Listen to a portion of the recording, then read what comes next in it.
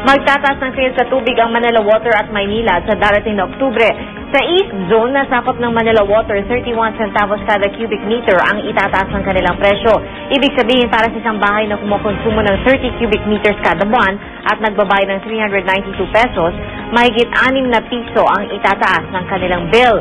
Ang East Zone ay binubuo ng San Juan, Mandaluyong, Marikina, Pasig, Pateros, Taguig, bahagi ng Quezon City at ilang bayan ng Rizal.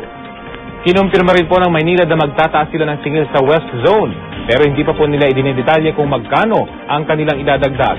Ang dagdag singil ay bunsod daw po ng paghina ng piso laban sa dolyar. At kaugnay po dyan, makakausap natin ngayon si Noel Hulao, ang acting spokesman ng Manila Water. Magandang tanghali po, sir. Si PR Arcangel po ito. Magandang tanghali din sa iyo, Pia, at sa mga libo-libo at milyon-milyong nanonood ng inyong programa. Sir, sa October na ho kayo magtataas ng singil sa tubig. Kailan naman po magre-reflect ito sa ating water bill?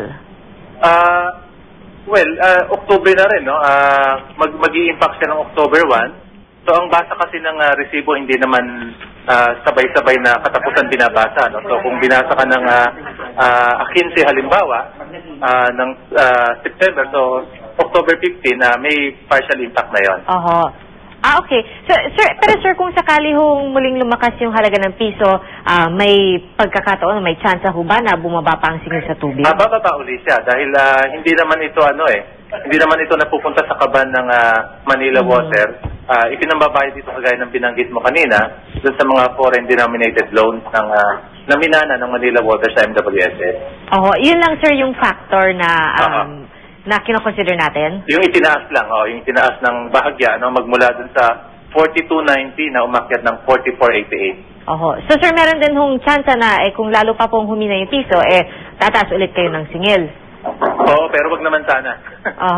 Meron ho ba kayo, sir, parang guide na kung gaano ho ba kalakas dapat ang piso or kung anong ba dapat talaga yung exchange rate, ganon? Well, humigit kumulang, Pia, nakapeg tayo sa 44 per dollar, no? So, pagka tumaas ka ng 44, ayun, medyo maapektuhan yung taripa ng patas. Pag bumaba ka naman sa 44, bababa yung taripa. Alright. Sir, naabisuhan nyo na ho ba yung inyong mga customer kaugnay po dito sa water rate hike? Well, in-advertise namin ito sa dyaryo dahil yun talaga yung pamamaraan para abisuhan yung mga customers natin. So, lumabas sila sa mga pangunahing pahayagan ngayong araw na to. Alright. At pwede po silang tumawag kung meron silang mga katanungan sa kanilang mga bill, di po ba? Tama po. Sa 1627 po ang aming hotline. Alright. Mr. Noel Hulao, ang acting spokesman ng Manila Water. Maraming salamat po at magandang tanghali. Maraming po salamat sa inyong lahat.